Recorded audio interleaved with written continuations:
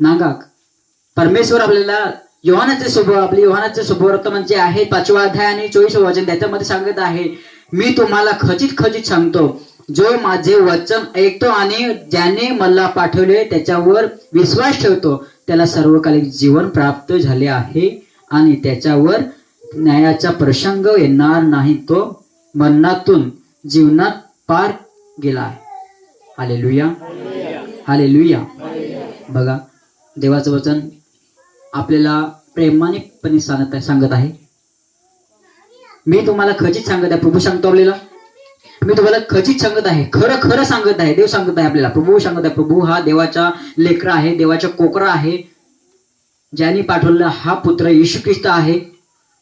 आणि ह्या येशू ख्रिस्त आपल्याला सर्वांना म्हणत आहे, सर्व जगाला म्हणत आहे की माझे वचन जो ऐकतो आणि ज्याने मला पाठवले त्याच्यावर विश्वास ठेवतो त्याला सर्वकालिक जीवन प्राप्त झालेलं आहे. काय झालेलं आहे? सर्वकालिक जीवन प्राप्त झालेलं आहे. जो माझे वचन ऐकत आहे, प्रभू सांगत आहे, येशू सांगत आहे की जो माझे वचन ऐकत आहे ते माझे वचन नाही तर पित्याचे वचन आहे, पण पित्याचे वचन मी घेऊन आलेलं आहे.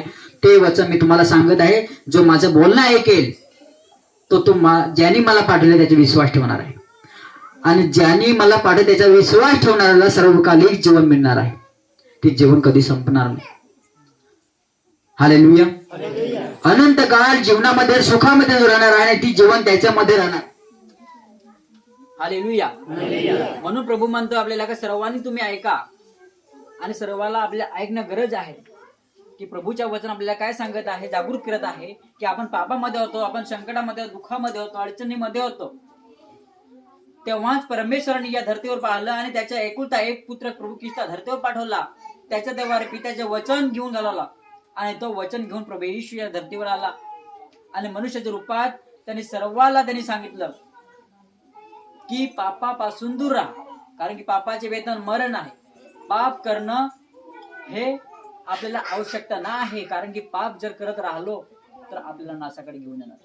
Hallelujah, hallelujah, hallelujah. तेव्हा येशू म्हणत आहे की माझ्या ऐका, जो माझा ऐकेल आणि ज्याने मला पाठवलं आहे मला त्याच्यावर विश्वास ठेवेल तर त्याला सर्वकालिक जीवन प्राप्त होणार. Hallelujah, hallelujah. बघा, आणि पुढे असं सांगत आहे की त्याला सर्वकालिक जीवन प्राप्त झाले आहे आणि त्याच्यावर न्यायाचा प्रसंग येणार नाही, तो मरणातून जीवनात पार गेला आहे.